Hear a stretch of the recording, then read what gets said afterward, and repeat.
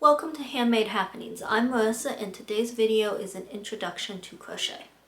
So my grandmother started teaching me how to crochet when I was probably about 7. And while it's never been my favorite craft, it is one that I do enjoy on occasion and still do a few projects here and there. So today I'll be talking about what supplies are necessary for crochet, which ones specifically I recommend if you are a beginner and especially completely new to yarn crafts. A tutorial on how to start and finish your crochet with single crochet stitches and double crochet stitch.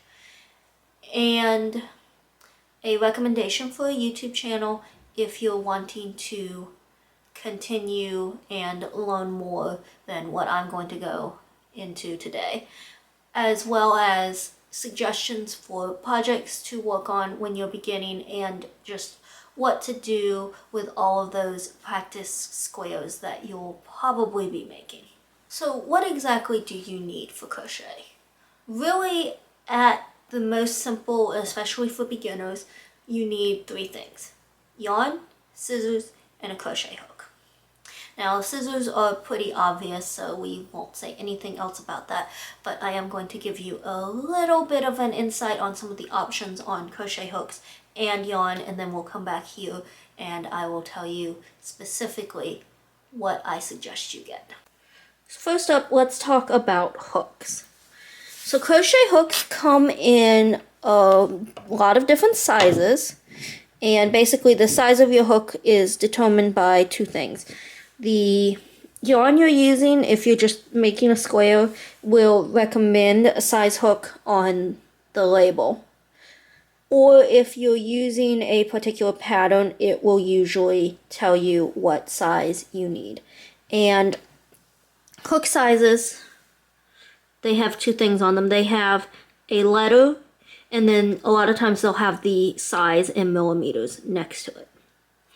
Now, I have here is mainly a set of ergonomic handles. So you can buy hooks in a set with all of the sizes, or you can buy them individually, and that's the route I would go. And I would recommend starting with a G hook because I find that most of the yarns that are kind of your typical yarns work pretty well with this hook.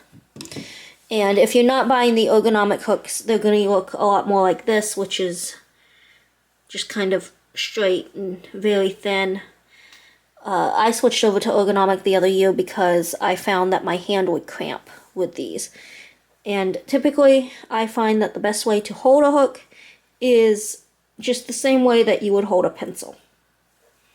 Okay, so there are all different types of yarns that you can get, but today we're only going to focus on 2 of them, and that's you have plied yarn and you have like blanket yarn. Honestly, I don't know what this is considered, but the big difference here is that this is all one piece, whereas plied yarn is usually two or more pieces that have been twisted together.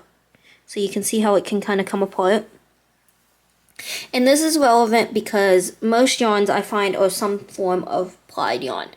And sometimes, especially if it's one really loose like this, your crochet hook can accidentally just kind of poke a hole in your yarn and get caught and odd things happen.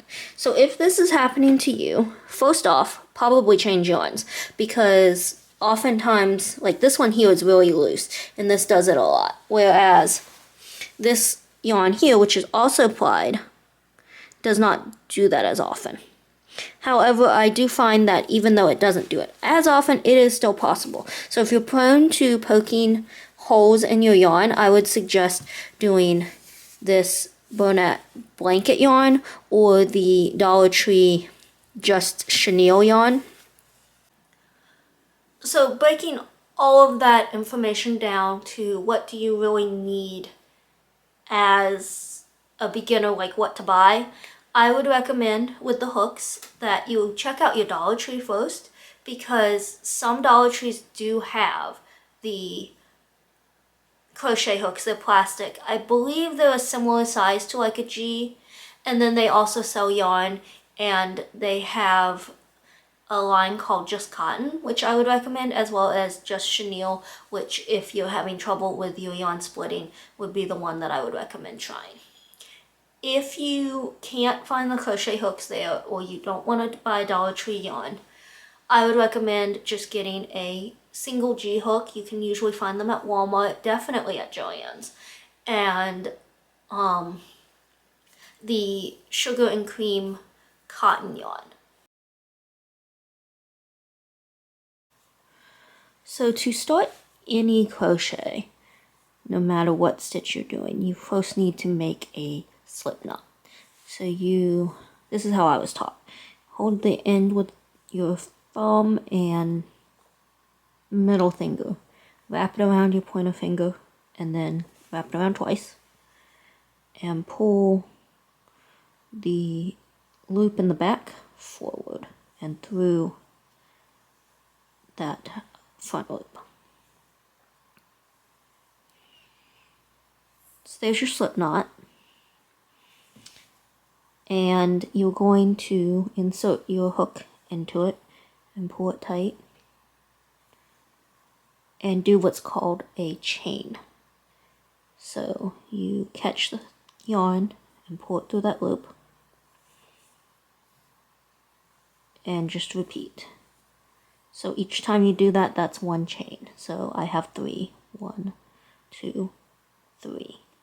You can see them based on those V's,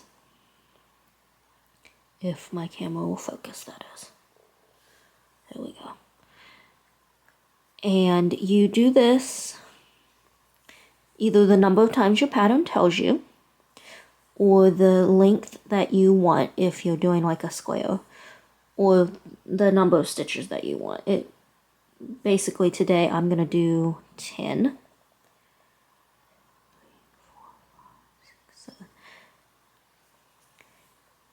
8, 9, 10. So for example, if I was doing a baby blanket or a doll blanket or something and I needed a certain width, I would just do chains all the way until the width that I wanted. And then for a single crochet, you're going to add one more chain. So I have 10 chains that are going to be for my 10 stitches and one extra one, for a total of 11 chains. Now it's time to start your single crochet. So you are going to skip this first chain. So this is the last chain I did. I'm going to skip that one and insert my hook into the next one. So the second chain from the hook. And pull up a loop, catch the yarn, and pull it through both loops. And that is a single crochet. So once again, you find the next chain, you insert it, catch the yarn, pull it through, catch the yarn, pull it through both loops. Insert, pull up,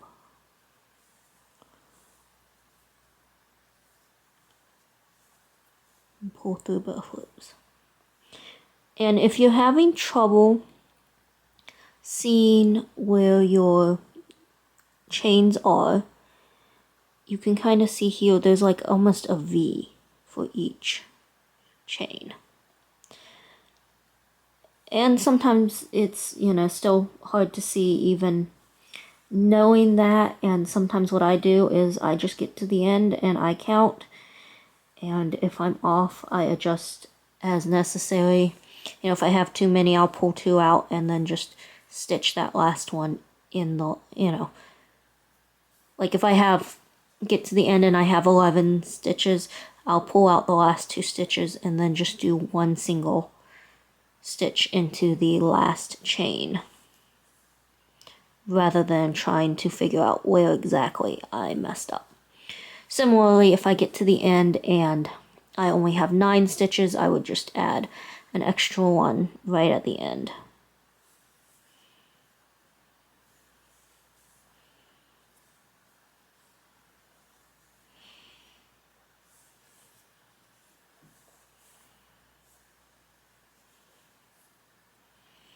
And this is arguably the hardest part of starting a project, is always trying to get that first row into your chain stitches.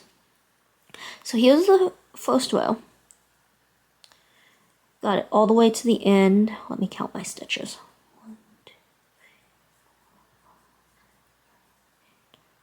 Oh, look at that, actually 10. And so when you come to the end of your row, you have to turn your work. So to do that, you're going to first chain a stitch. Or, well, I guess it's not a stitch, just do a chain. And then turn everything. Now, you're not going to do anything with that chain. You're just going to do a single crochet right into that first stitch. So pull up and pull through. And you just do this all the way back to the end.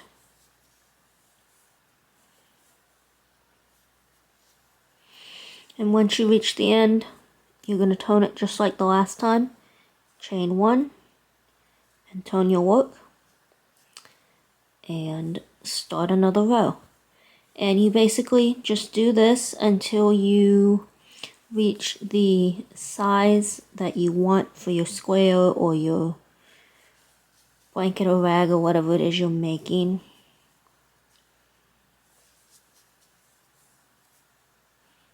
For the purposes of this demonstration, I'm going to stop after this row.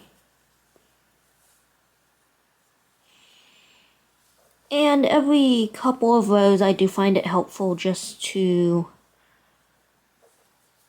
count my stitches so that I know that I haven't accidentally added one. Because it is still possible to accidentally add a stitch or lose a stitch, even at this point.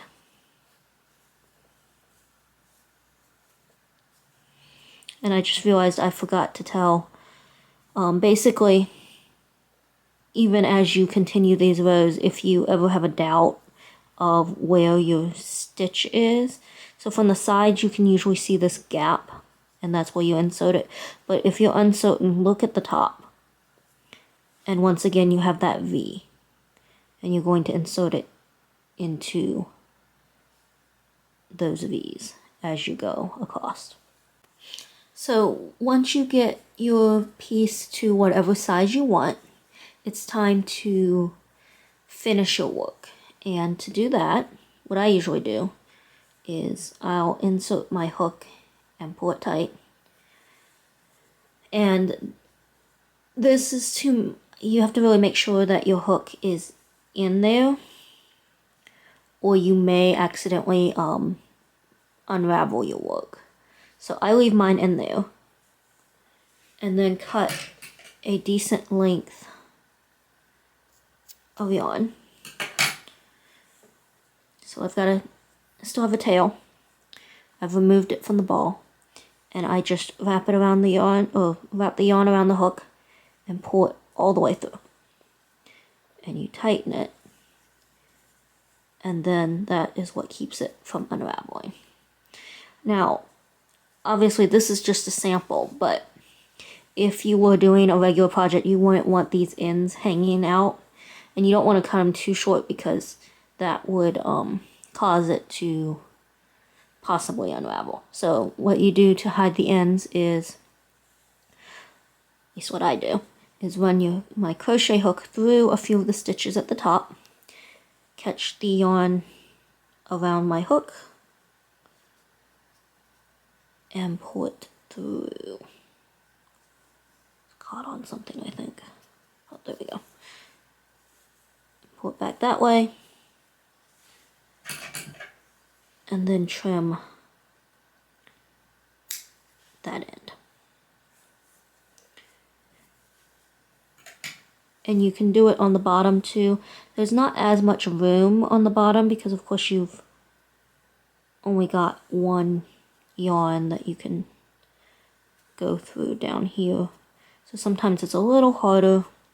Basically just the point is to hide the end. So however you have to do it is usually pretty good. Oh, see, I split the yarn. This is what I mean about plied yarns and how sometimes they are a little more difficult because they can just kind of come apart from itself. So let's try that again.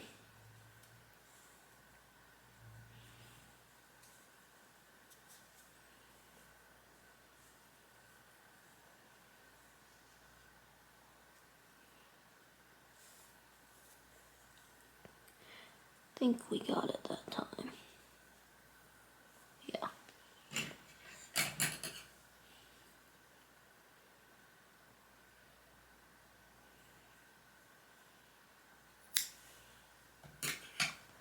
So there we go, that is a single crochet stitch. And now we're going to move on to the double crochet. So the double crochet starts very similar to the single crochet. You start by making your slip knot and a foundation chain. Now, where the double crochet differs from the single crochet in your foundation chain is that you're going to chain however many stitches you want plus 2. So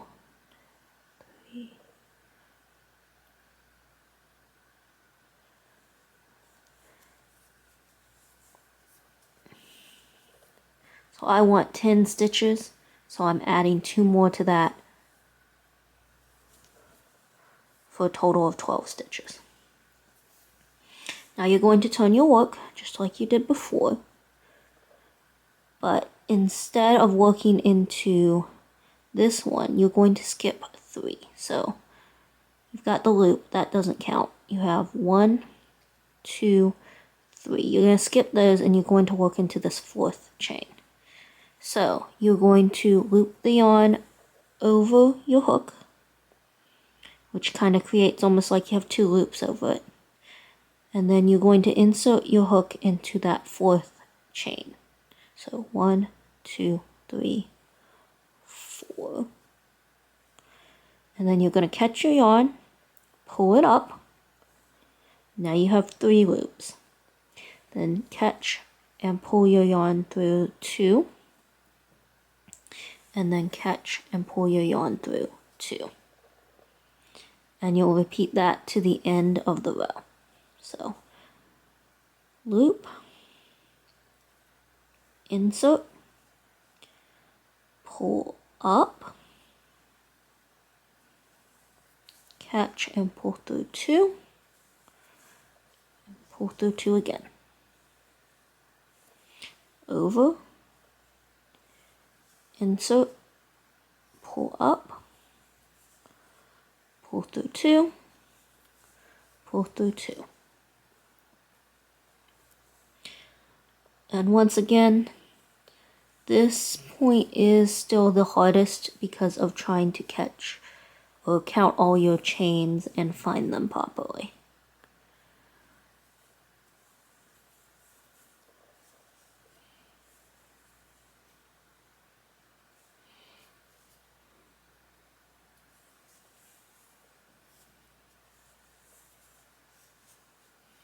Okay, so you come to the end of the row and you can count your stitches. So 1, 2, 3, 4, 5, 6, 7, 8, 9. You should have 9 that look like regular stitches, and this chain here which counts as a stitch. So 10 stitches.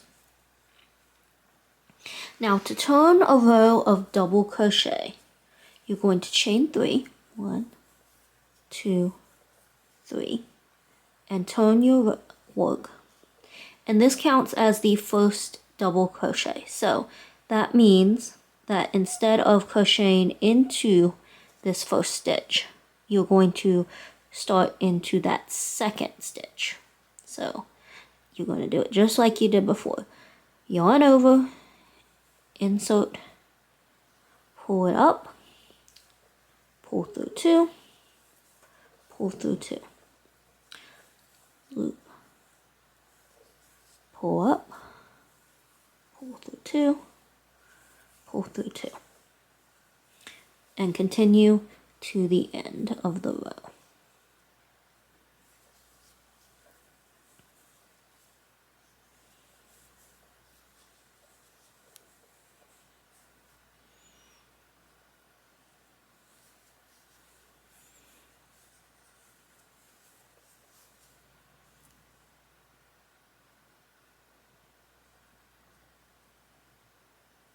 Alright, so I've done 9, and now we're at this last chain 3 here, which, remember, this is a stitch, so you're going to still chain over, and if you can get into that top chain of that chain 3, then that's great.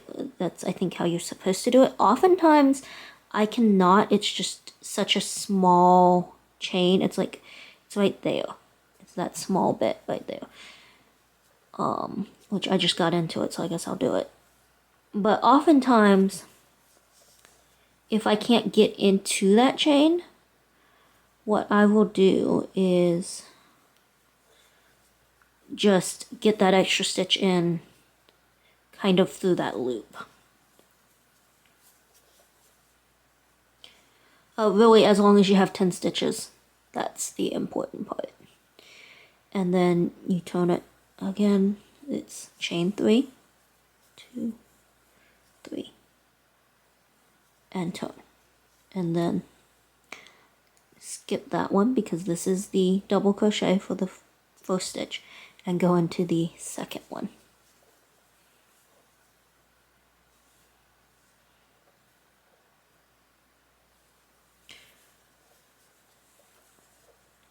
And here we are back at the end of another row and another chain 3. Once again, if you can get into that chain, it's right here, then that's great. But if not, or if you're having a hard time really telling where it even is, I just loop it around that to get that last one in. I'm not sure that this is like technically how you're supposed to do it, but I find it works, and so that's what I've always done. And then to finish it, you finish it off just like you did the single crochet. You can leave a bigger loop if you're worried that like you're gonna lose the hook, and then just find yourself a link for the tail.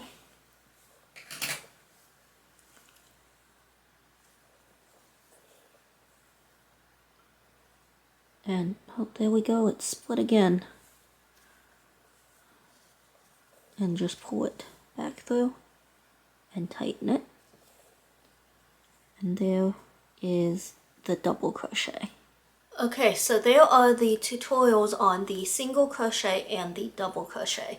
And my apologies if there's any details that I missed. I do find that crochet is one of those things that there are a lot of little things that I don't think to mention, and it's just something that I do. So if you have any questions, please feel free to leave them in the comments. I would also recommend the channel Bella Coco because she has very detailed tutorials on your basic stitches as well as some of the less basic stitches. And I will link her channel below. The only caution I have with that channel is that she does work in what's considered UK terms instead of US terms. Now, everything I just gave you is in US terms. And so, what I call a single crochet, she calls a double crochet. And what I call a double crochet, she calls a treble crochet.